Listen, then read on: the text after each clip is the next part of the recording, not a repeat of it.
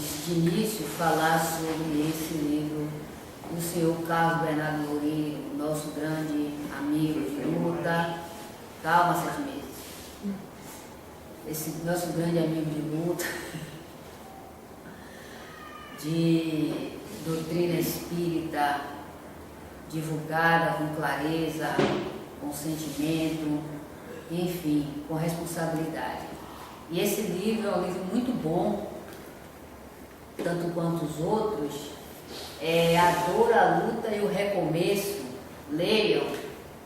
Aqui Carlos Bernardo fala sobre diversos problemas obsessivos que ele tratou na sua instituição, com os médios que se doavam, e aqui ele relata fatos interessantes, né, referente à obsessão.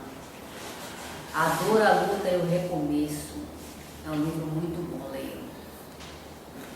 E hoje nós vamos falar um pouco sobre o Livro dos Espíritos, das penas e gozos futuros. Assim como todo livro da codificação é interessante lermos, principalmente dirigentes das casas espíritas, médios, e até aqueles também que não frequentam a instituição espírita, porque os livros da codificação, assim como os espíritos, eles não estão, como é que se diz, restrito à instituição, e nem os livros está sob o comando de nenhum espírita. Os livros da codificação são livros para ser lidos até por aqueles que não são espíritas, porque vale lembrar que o espiritismo, ele é uma filosofia universal. Ele não está envolto de nenhum dogmatismo, né? E nenhum ditador e líder. O espiritismo nunca teve nem terá líder. Leiam o livro da codificação e vocês verão que em nenhum momento Kardec cita essa palavra líder do espiritismo. Muito pelo contrário, Kardec foi um espírito muito humilde, né? O que ele se permitiu ser chamado codificador da doutrina espírita. Olha a diferença, é o codificador para líder, mesmo porque o espiritismo não é religião, né? É uma filosofia, é uma ciência com consequências éticas, moral, né? Então, como é que das penas e gozos futuros, o que retrata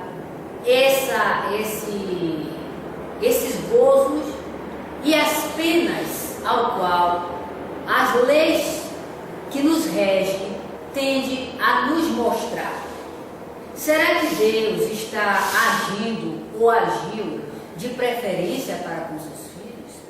Será que é aquele que não trabalha, não se esforça? Trabalho, minha gente, não é só trabalho remunerado não, porque infelizmente as mentes estão tão assim, como é que se diz? Com uma coraça, que acha que trabalho só é aquele que está sendo remunerado. Não. O trabalho é a atividade que leva a criatura a ser útil, seja lá em que aspecto for. Quando move ao aspecto humano, voltado para o progresso da humanidade, que isso não está também restrito ao Espiritismo, o Espiritismo explica de uma forma abrangente, lógica, coerente, com alicerce sóbrio, sólido, as consequências e o benefício dessa ação social a qual nós empreendemos, né? Então, é por isso que nós dizemos que a doutrina espírita, ela não está restrita ou melhor, o espiritismo não está restrito à instituição espírita. aquele que assim quiser se instruir, buscar saber o porquê da vida, o porquê sofremos, de onde viemos, para onde iremos, né? São essas aflições que a humanidade tem. Independente de ser rico, pobre, formado, analfabeto, não importa. O que importa, o que realmente pesa, é os conflitos do espírito, independente da área social que ele esteja caminhando. Porque vale lembrar o seguinte: as nossas aflições, a obsessão, as indiferenças sociais não está submetida às questões materiais. Não. Elas são de ordem espiritual. É por isso, foi por isso que Kardec, junto com os espíritos, arrumando o livro da codificação, colocou das penas, gozos e recompensas. O porquê de tal comportamento que tenhamos venha a ter um bem ou mal.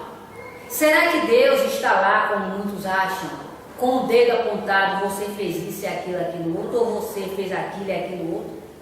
Será que nós seremos classificados ao chegarmos nesse mundo espiritual, de forma que venha o nosso anjo de guarda, ou o próprio Deus, como muitos acham, e vai nos julgar com o apontado dedo? Ou é a nossa própria consciência? Como dissera os espíritos, está escrito no livro da codificação: a lei de Deus está na consciência de cada um. Claro, a lei de Deus estando na consciência de cada um, ela apontará os nossos erros e os nossos acertos. Certamente, digamos de passagem o seguinte: não será de forma dogmática. Primeiro que o homem, estando, ou melhor, o espírito estando no estado de homem, ele é senhor de si. Com o esquecimento do passado, ele passa agora a viver uma vida que ele agora vai conhecer. Será para ele uma nova vida? Sim, como disseram os espíritos a Kardec. O passado foi apagado. Vamos agora recomeçar. Nesse recomeço de reencarnação a reencarnação, nós trazemos, como diz Gabriel Delane, as nossas reminiscências do nosso passado. Nem tudo fica esquecido. Agora, o que vai dar ênfase a essas reminiscências somos nós. Quanto mais o homem prover o bem-estar coletivo, para ele, os gozos ao qual os espíritos disseram a Kardec serão ditosos. Porque depende de nós. Não é que Deus criou uma criatura, segundo dizem a historinha, um ser que era bom e passou a ser ruim, para vir tentar o homem. Ou que existe um bode expiatório que está a todo momento, a todo instante, daquilo que cometemos em erros, propício a responder com nós. Mero engano. É daí que a gente passa a avaliar de onde vêm as nossas dores, de onde vêm as nossas agonias, de onde vêm os nossos tormentos, as nossas inseguranças, enfim, todo um conjunto de conflitos que, infelizmente, nós não temos nada contra. A psicologia ainda não responde. A psicologia ainda não responde, porque psicologia não estuda espiritismo, né? Não sabe nem o que é espírito. Porque o espírito, como nós somos, almas encarnadas, como disseram os espíritos, e espírito ao largar do corpo. Nós somos senhores do nosso destino. Deus não está aqui para apontar o erro de ninguém. Nós, com os erros, nós aprendemos. É aí que está. Deus pune? Pune. Deus pune. Não nos enganemos. Porque se Deus não punisse, nós retornaríamos aos erros constantemente. Aí nesse livro de Carlos Bernardo Loureiro, A Dor, a Luta e o Recomeço, tem um fato interessante que é ele que fala, viu? Porque os parentes podem estar vivos, né, diante do relato, e aí associar. O próprio Carlos Bernardo foi que relatou e serve de orientação e de diretriz para nós seguirmos. Para nós vermos como nós somos punidos nos nossos erros, aqui tem um relato de Carlos Bernardo Loureiro sobre um espírito encarnado que sofria de um problema respiratório. Chegou ao Thelma com esse problema, né, respiratório. E chegando lá foi ministrado o trabalho de socorro pelo próprio, pelos médicos, e esse espírito encarnado começou a se restabelecer ao longo do tempo. Quando, ao longo do tempo do seu restabelecimento, os espíritos chamaram Bernardo para conversar, mandando que suspendesse o tratamento. E Carlos Bernardo ficou, né, surpreso porque daquela atitude dos espíritos dirigentes da casa. Isso serve como diretriz para nós, porque infelizmente o que nós vemos nesse movimento espírita é uma atitude contrária aos trabalhos de desobsessão, né? Carlos Bernardo, infelizmente, não é reconhecido como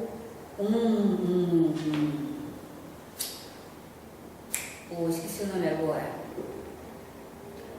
como um espírito, um pesquisador, e vai muito além disso, um missionário.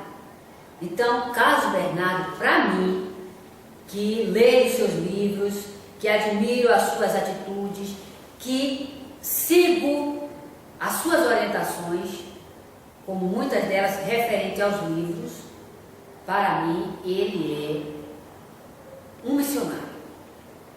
Então, Carlos Bernardo aí ficou surpreso porque dessa atitude do espírito, né? Dos espíritos que comandam os trabalhos. E eles disseram que suspendesse porque as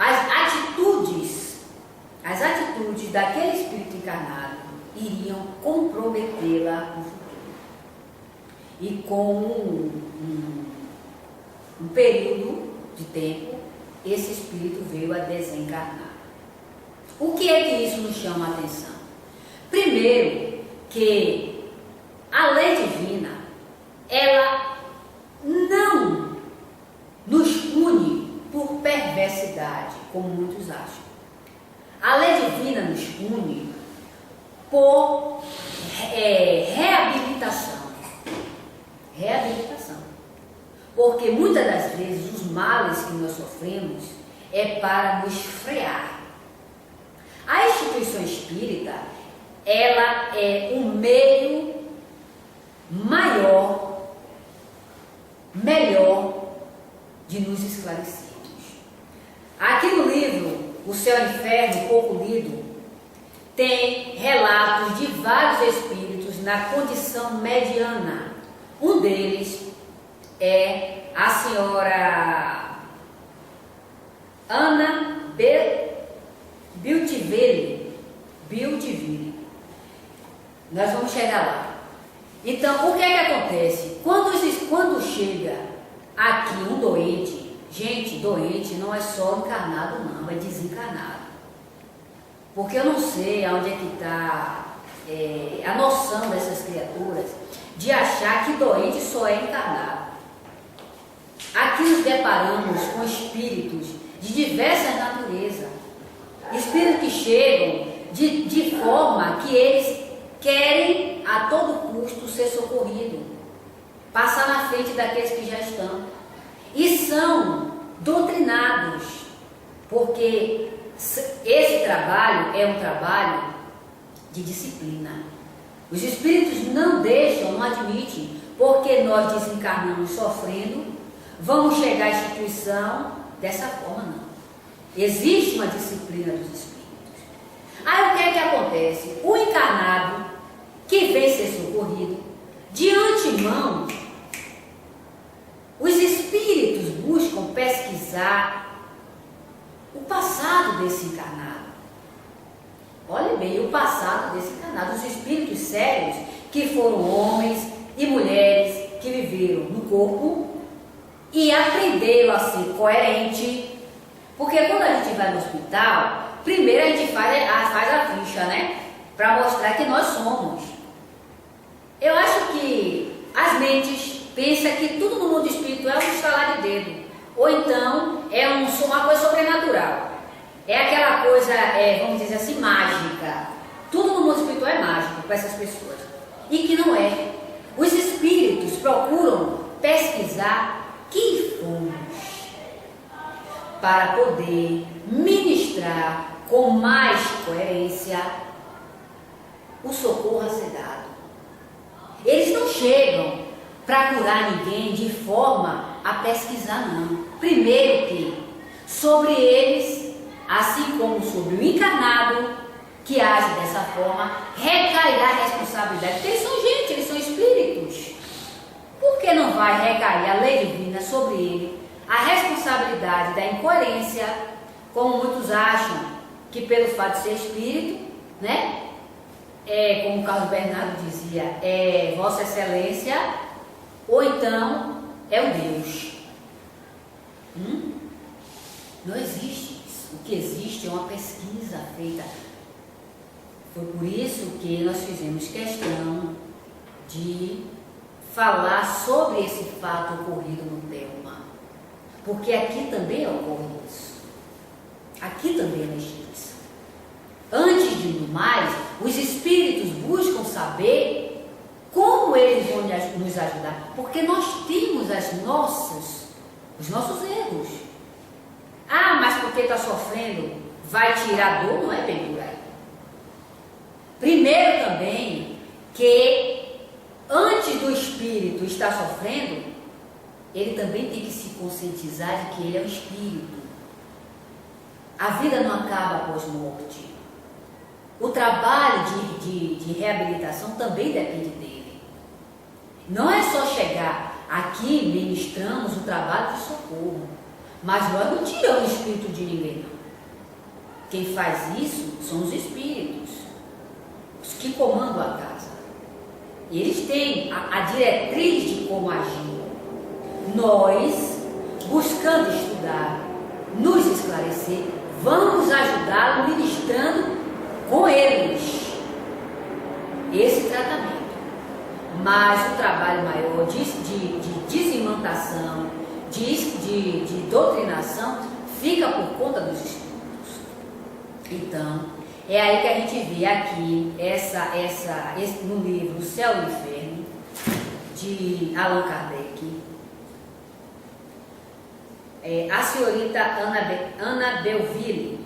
O que me chamou a atenção desse espírito foi o seguinte: esse espírito, como muitos que nós conhecemos, ela tinha uma intuição da vida pós-morte e ouvira falar sobre o espiritismo, mas dava-lhe pouco interesse, pouca importância. Preocupava-se muito com os filhos, natural, com a família, natural. Mas sofria de uma doença, né? Que a levou por muito tempo a padecer. O ponto X da questão é o seguinte: os espíritos disseram a Kardec que, pelo fato do espírito ter conhecido o espiritismo e dar-lhe pouca importância, isso levou a padecer muito mais. Presa aos despojos materiais, levou a sofrer por muito tempo, muito mais tempo. Então, olha aí, o esclarecimento da vida pós-morte, ele é de grande importância para o espírito. O trabalho, mais ainda. Aí que me faz lembrar de William Stanley e tantos outros irmãos que se dedicaram não só a esse esclarecimento, porque só vai servir para nós. É como Marcos fez uma colocação aqui, bem elucidativa, do seguinte, sobre as colônias espirituais. A criatura, sendo espírita ou não, leva esse referencial de que existe colônia, existe umbral, existe inferno, e ele passa a vivenciar todo esse pensamento. Não é retirado dele, não. Os espíritos não fazem isso. O que acontece é que o encarnado, estando consciente do seu estado fora do corpo, da realidade dessa vida, ele sofre menos. Ele sofre menos. Então, bom, a criatura leva 50 anos, ou 30 anos, vamos diminuir, falando de doutrina espírita. E, no entanto, as suas atitudes não mudam, o seu estado de pensamento dogmático pouco se incomoda em mudar, mas ela está com o pé na instituição e o pé na igreja. Quer dizer, quem é que vai tirar essa postura? São os espíritos? Não. Terá um sofrimento maior? Sim. Sim. Porque quanto mais o homem fortalece as ideias materialistas, como essa irmã que está aqui no Céu e Inferno. Lê o Céu e Inferno. O Céu e Inferno é um livro onde aqui os espíritos relataram a Kardec toda a condição de espírito, desde os mais inferiores até os mais felizes. Vejamos aqui a condição que levou esses espíritos, o estado que eles se encontravam, o que foi que levou eles? Cada um com a sua história. É daqui que nós vamos, não é com romance, não é só vir o espírito falar, que nós vamos ter a consciência do que é o espiritismo. Era por isso que Carlos Bernardo sempre dizia: vir da instituição é bom, estudar é melhor ainda. Os espíritos também dizem. Porque quando eu saio do corpo, quando os espíritos permitem que eu lembre, que eu me lembre, eu sempre vejo pessoas e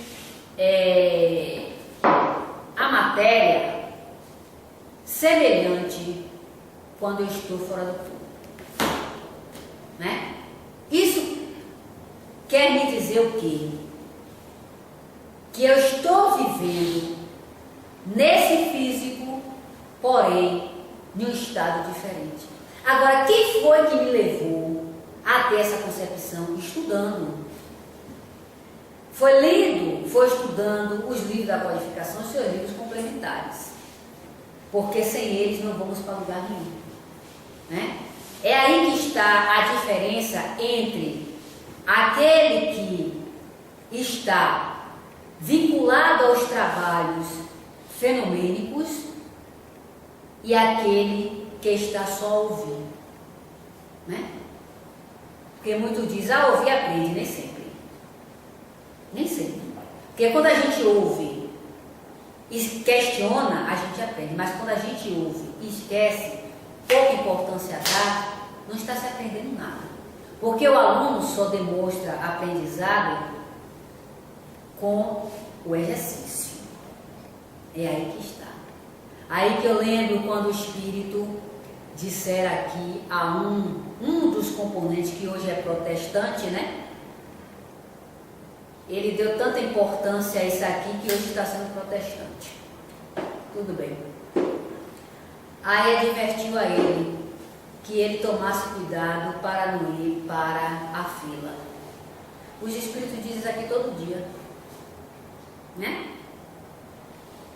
Isso quer dizer para nós não reincidirmos, porque muitos dizem, na próxima reencarnação eu vou ser o quê?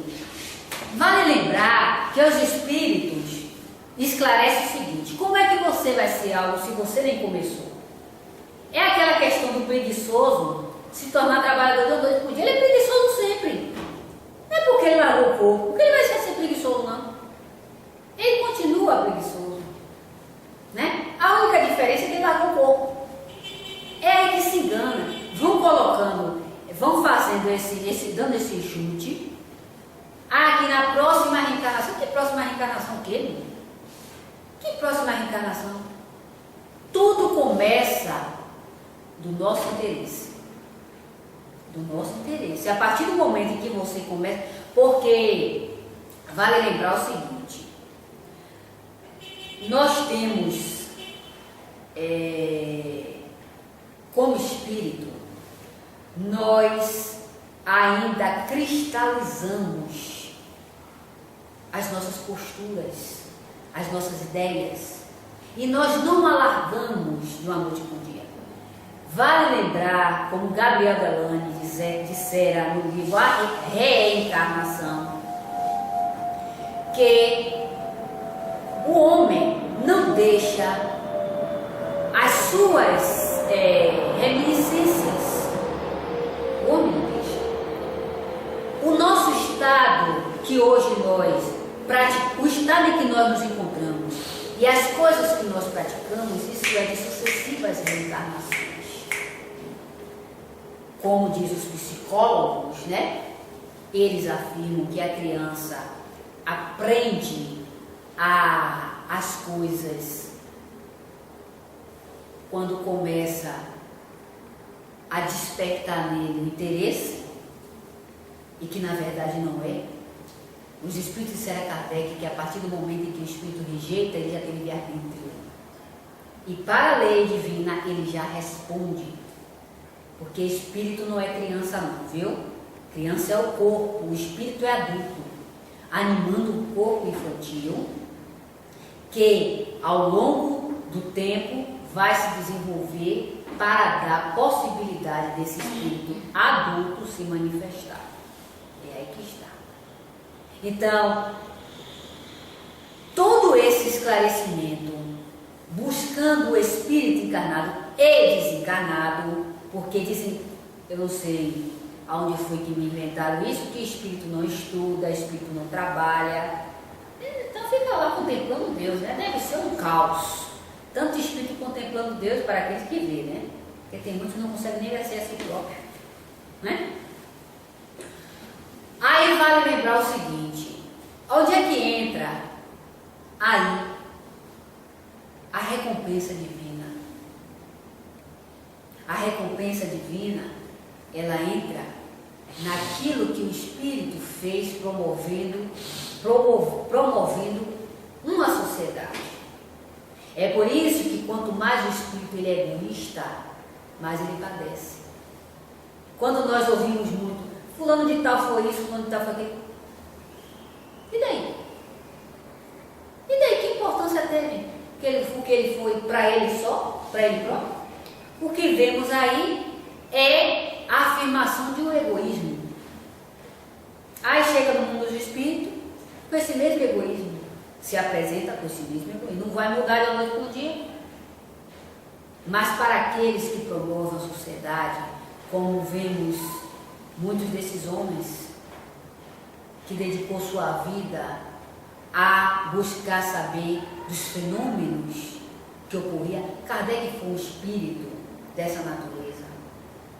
Kardec, a preocupação que ele tinha era de saber o porquê da dor da humanidade. E olhe que viera de uma família católica. Veio de uma família católica. Mas os seus princípios, como espírito parigenésico, veio das sucessivas reencarnações. E aí ele desenvolvera um trabalho de pesquisa com esses espíritos, onde ele buscava saber em todo o ramo da ciência como esses espíritos, que aqui está, ó, o céu e ferro. O porquê que esses espíritos se manifestavam desse jeito, o que eles foram, o que levaram eles a tal situação. E muitos deles, assim como grandes homens, grandes intelectos que viveram no corpo, que tinha com eles grandes colóquios. E Kardec vale lembrar o seguinte: a doutrina espírita é uma doutrina humilde. Ela não tem pretensão de convencer ninguém. Não existe isso na doutrina espírita. Aqueles que acham que irá convencer outrem, primeiro engano. Eu não me preocupo em convencer ninguém. Eu aprendi estudando os livros da codificação, com os livros complementares. Eu não estou aqui para convencer ninguém. Eu estou aqui para não nem me convencer, para estudar os fatos e com eles eu aprendi. Porque convencer é como a reencarnação. A reencarnação é uma questão de bom senso. Não vamos aqui trabalhar para convencer fulano. Não. Primeiro que o convencimento sem estudo não existe. Quando o espírito traz o seu cabedal,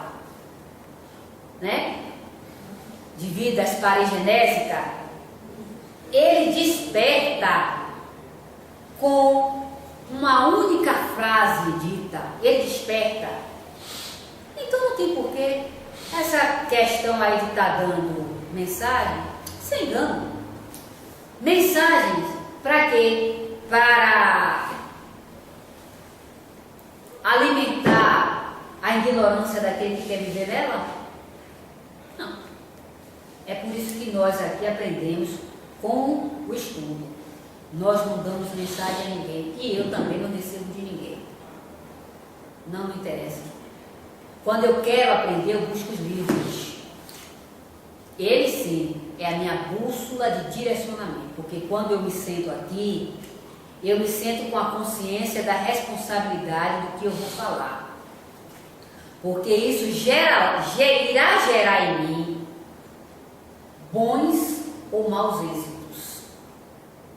Bons ou maus êxitos. É por isso que aqueles que me conheciam hoje me conhecem, acham que eu sou metida, que eu sou essa, eu estou pouco me deixando. Não me incomodo, não. Sabe por quê?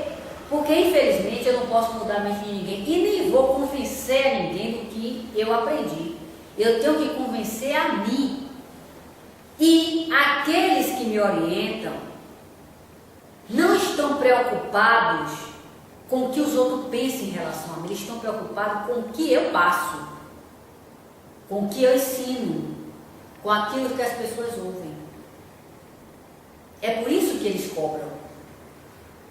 Porque o que nós falamos tem uma repercussão, seja boa, seja ruim. É por isso que muitos que estão aí nas redes televisivas, nos rádios, zombando da dor alheia, como daqui, ó, essa irmã que eu citei, que está aqui nesse livro, eu vou até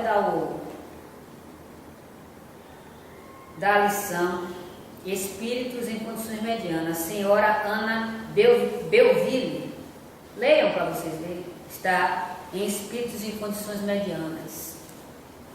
Quando nós zombamos da dor alheia, a lei não será para conosco flexível.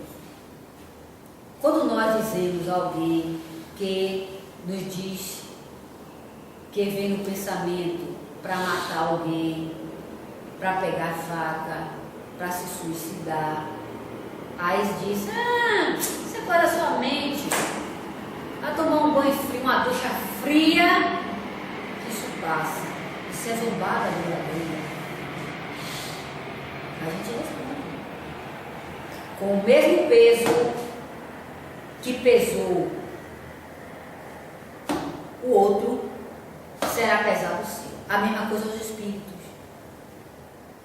Quando Bernardo dissera, hoje muitos rejeitam os espíritos, amanhã eles vêm na mesma condição para ser rejeitados. Vai ver como é gostoso alguém chegar ao seu lado sofrido, gemendo, chorando, e outro reter, ficar na sua, como se nada tivesse acontecido. Acho que foi isso, Aí quando nós vemos médios aí avassalados dentro de casa, gritando, pintando sete, leva para o manicômio. Sabe o que é isso? Punição. Médios que tiveram a oportunidade de socorrer seus irmãos, porque socorrer não é só o físico não, minha gente. A gente tem que aprender isso, tem que abrir as arestas. Socorrer não é só o físico não é só o encarnado. Os desencarnados são pessoas. E aí acha que isso não vai ter uma consequência. Quando não, quando esses médios não ficam desequilibrados, desorientados, com as suas ideias distorcidas, acha que isso não é desequilíbrio não. Porque, infelizmente, acha-se que o desequilíbrio é lascar dinheiro e comer cocô, comer bosta. As besteiras, bobagens que fala, isso não é uma obsessão, isso não é desequilíbrio não. Aí quando vem com a mediunidade imposta, para o espírito ali, tomar em qualquer lugar, pegar, para poder se reabilitar, é Deus que está punindo. Não é Deus que está punindo, não. Cada um é como há uma colocação muito justa. As nossas provas, expiações, nós temos que passar. Como nós vamos passar só depende de nós. Só depende de nós. É isso que nós temos que abrir as arestas. Porque muitas das vezes a gente leva as questões para distorções do nosso achismo. E as coisas não são como nós achamos. Elas são como elas devem ser. A lei não vai mudar porque nós não a entendemos. Nós é que temos que buscar compreendê-las. É por isso que a sociedade que nós vivemos está assim. Porque acha que Deus tem que resolver tudo. Jesus tem que ser o bode expiatório para as misérias de todo mundo. Mas não queremos responder pelos nossos atos. Queremos deixar sempre para alguém. Queremos deixar sempre para alguém. Claro, como esse alguém não será outro do que nós, cedo ou tarde nós vamos passar. É aí que vem a recompensa ou castigo, criado por nós mesmos. E aqui a gente fica.